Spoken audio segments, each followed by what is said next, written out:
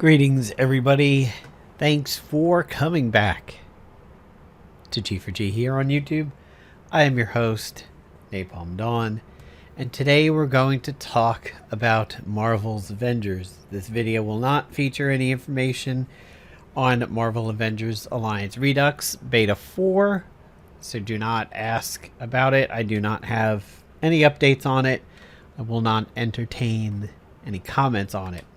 So, we're going to go ahead and jump right into the meat of it in a few moments, but we're going to take a look at the roadmap ahead, which is due on November 30th. So in August, they launched Black Panther and the War for Wakanda, and of course, the Sonic debuff that everybody fucking hates. And they are going to fix it. And they launched the 1-year anniversary. They put the game on Xbox Game Pass. And then they destroyed their reputation with the community. And now on November 30th, we'll have the Discordant Sound Raid. We will have Spider-Man only on the PlayStation. We'll have a new enemy type called Echoes, more MCU outfits, a cosmetic vendor, and a shipment system. I don't know what shipment is. And then power level cap increase, gear upgrading per hero weekly objectives, Hawkeye and Kate Bishop nameplate challenge, corrupted vibranium red room takeover bonus XP weekends. So that is a little brief thing about what's coming. However, that's not going to be what we're really talking about here in this video, but we are going to talk about how Square and Crystal Dynamics and Marvel's Avengers got their cake and ate it too. Because now they finally broke the radio silence and said, "We're sorry. We screwed up. We're going to take the stuff out of the marketplace."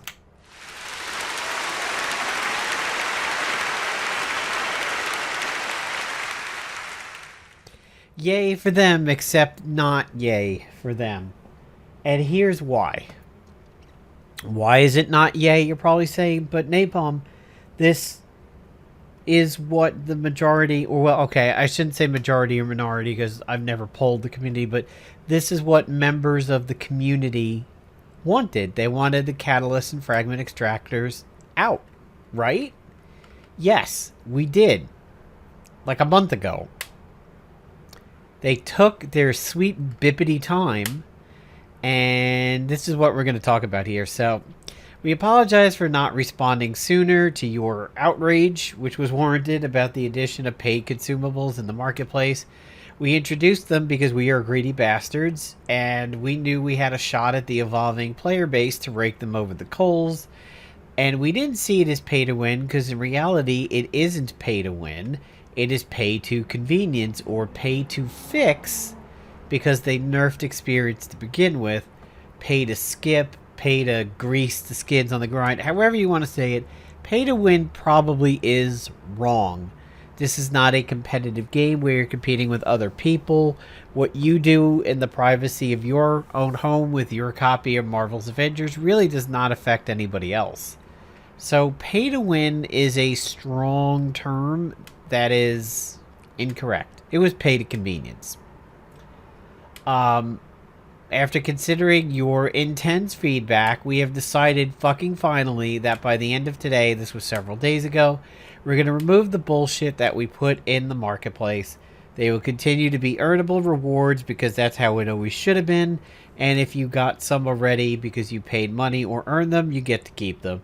We hope this could be a first step in rebuilding your confidence. Lol, no. In us as a team. Lol, right. It continues to be our goal to make the very best game possible. Lol, no, it's not Guardians of the Galaxy.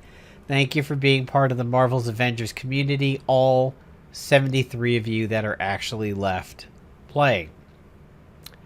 So, here is why I'm saying they get to eat their cake and eat it too.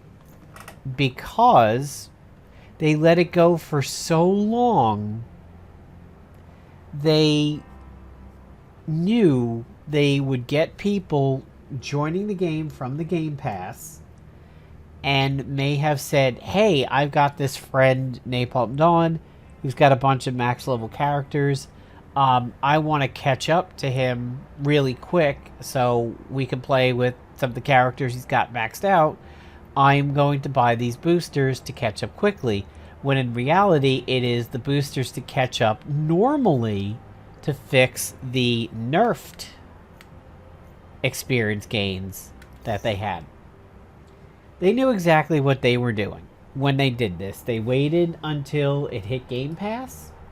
They waited until people had probably forgotten about the nerfed experience points, which nobody did, and they're probably hoping that people forget the internet lives forever, and that when that lady stood up in front of E3 and said we're not going to have pay-to-win mechanics or loot boxes, and the crowd roared and cheered because it was such a divisive topic at the time, they basically went back on their word. Now, you could argue heavy semantics and say, wait a minute, Napalm, didn't you say the boosters and everything were not pay to win, they were pay to convenience?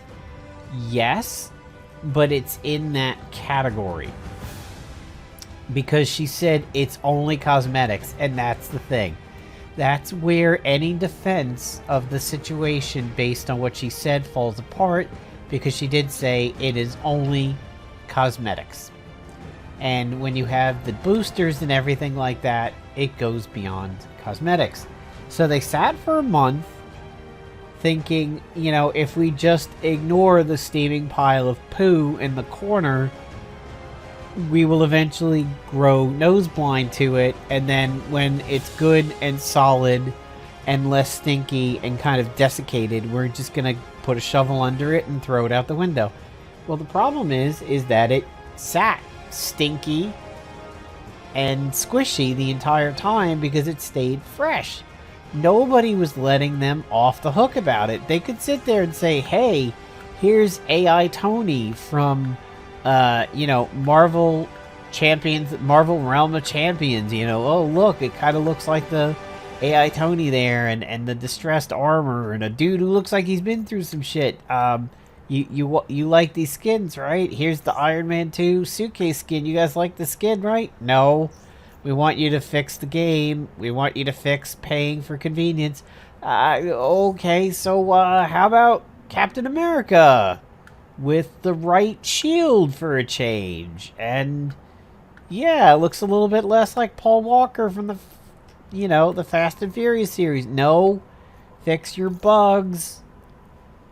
Stop breaking us over the coals for the catalyst and the experience, which you nerfed.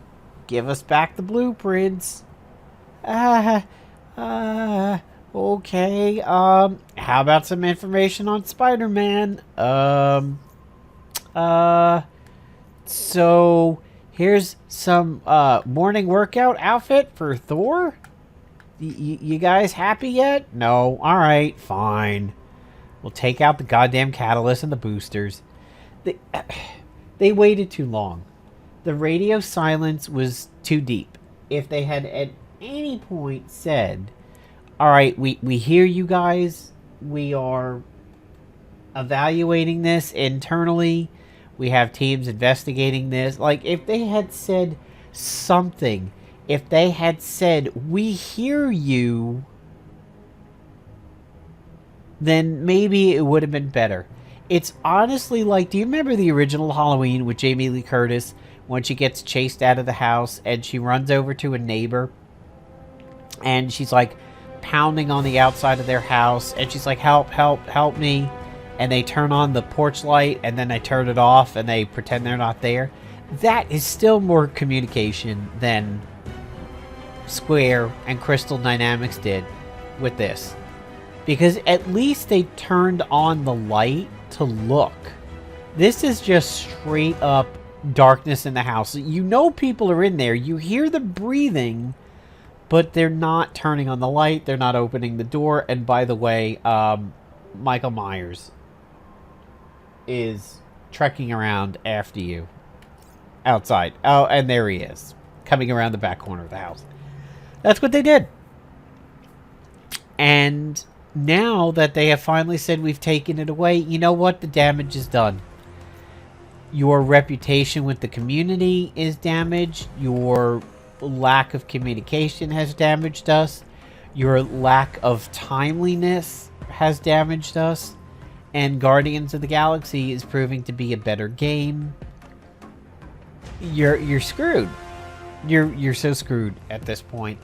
And you know what? Square Enix has now, in an article, admitted that perhaps Crystal Dynamics and Square really weren't getting on the same page. Now, Marvel's Avengers has tried to throw you a bone by reducing the price of a bunch of the skins. Legendary is now down to 900 and blah blah blah. But here's the thing.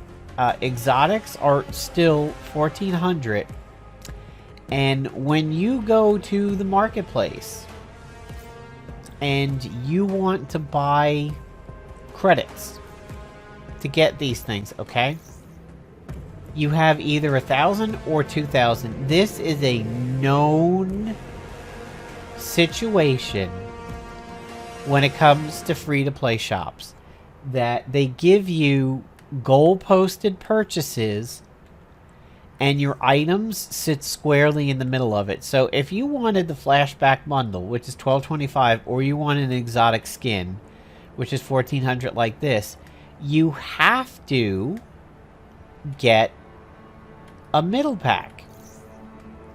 You have to buy 2 of these, or what, you know, this right here. And then what happens is you have 100 left over. That 100 jabs your eyeball. Every time you log in and you look at it up there, you're like, man, maybe with just a little bit more, I can add to that 100 and I could get something else. I could get, you know, this flashback bundle over here with just a little bit more. So that extra credit burns a hole in your pocket. If there was a purchase that was 1,400 and you bought 1,400 and you zeroed your balance by getting this pack and you have nothing left, there is no money burning a hole in your pocket, so you're not tempted to spend. Think about this. Have you ever put $20 in a pair of pants or shorts or something and forgotten about it, and then months down the road you put on that pair of pants again or that pair of shorts and you're like, oh, $20, what do you do? Did you go to the bank and put it in your savings? Did you build a time machine out of a DeLorean and deliver it to your past self and say, hey, watch where you're losing our money over here, idiot? No. You probably spent it on a mall pretzel or something. So that is exactly what happens with the free-to-play shops.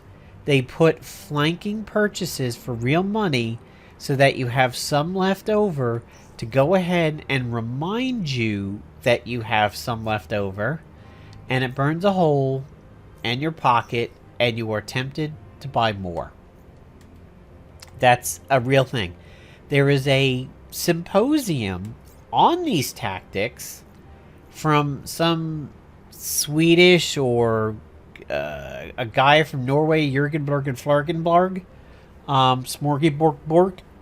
I don't remember his name, but you'll see him mentioned in a lot of channels that talk especially about how egregious EA was with their pay-to-win mechanics, like around the Star Wars Battlefront loot debacle and everything that happened. I mean, he literally held a conference on how to do this. A conference on how to take you and I and distract us with sleight of hand while they reach around behind us without taking us out to dinner and grab our wallet.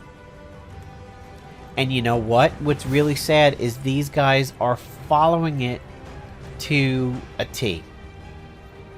Yeah, they've gone ahead and done it, especially with the boosters, especially going back on their word. So I want to reiterate, it wasn't about the fact that these hit the store, although that is bad. It is about the fact that they said it wouldn't happen. It's about the fact that they created this situation by nerfing XP that nobody asked for. It's about the fact that they took advantage of a huge influx of players on Game Pass. Maybe they were threatened by Guardians before it came out, knowing it would be so good that they just tried desperately to keep people over here or bait them a little bit. I personally think from my, and again, I mentioned this in a lot of videos, from my communications background, my public relations background,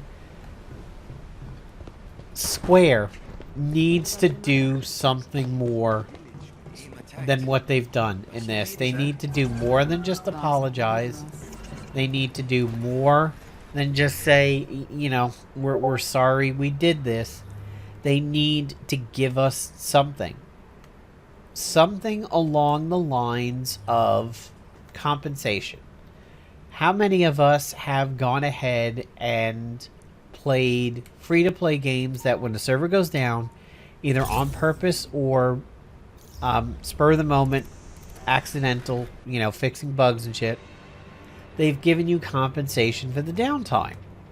Just recently, DC Legends had a raid weekend last weekend. A lot of people had major issues getting in the game and fighting the raid bosses, so they gave people like 3,000 of their crystals, which is their real-life conversion, the real-life currency conversion. It somewhat helps, but it really didn't fix the fact of if you had an alliance of people trying to get top 100 or top 50 and then they just miss out because of the bugs. Marvel Avengers Alliance back in the day, they gave everybody Angel, they bumped everybody up during the Rocket season. They extended a season when Deadpool was bugged one particular season. We know what that means. They did things to try and help. This sad little sorry that they did, and really no compensation, Jarvis, can you get a location?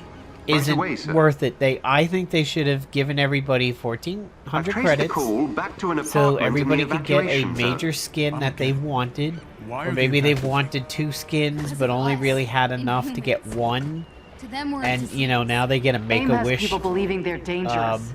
It's only gotten worse over foundation the years. over here to get another one that they wanted. Or, you know what? Give everybody one of those week-long catalysts. Make it the meme of, y'all got any of those catalysts that you were talking about?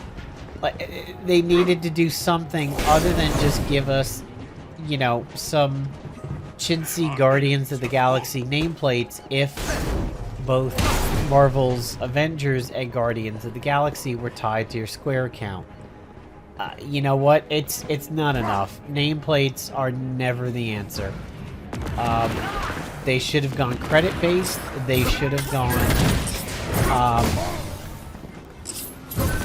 or, you know, potentially catalyst-based. Giving it to us for free. What they did clearly is not enough, in my opinion. Because we all could very much see they took advantage of the community, they got what they needed, and now they're failing because they've already gotten what they needed. All you need to do is look at the metrics of it. If people purchase them early on before the outrage really spread, and, you know, at least 10 people spent $10, so they earned $100 for literally sitting on their fingers, then that's it. They earn their $100 and they're like, okay, yeah, sorry, we didn't mean to do this. We hear you. We take it back. Well, you know, you've already earned a free $100 out of us, so it is crocodile tears. It is as a lot of people were saying on Twitter, it is a very, or actually Reddit for this one, where it counted, it's a very pirate victory.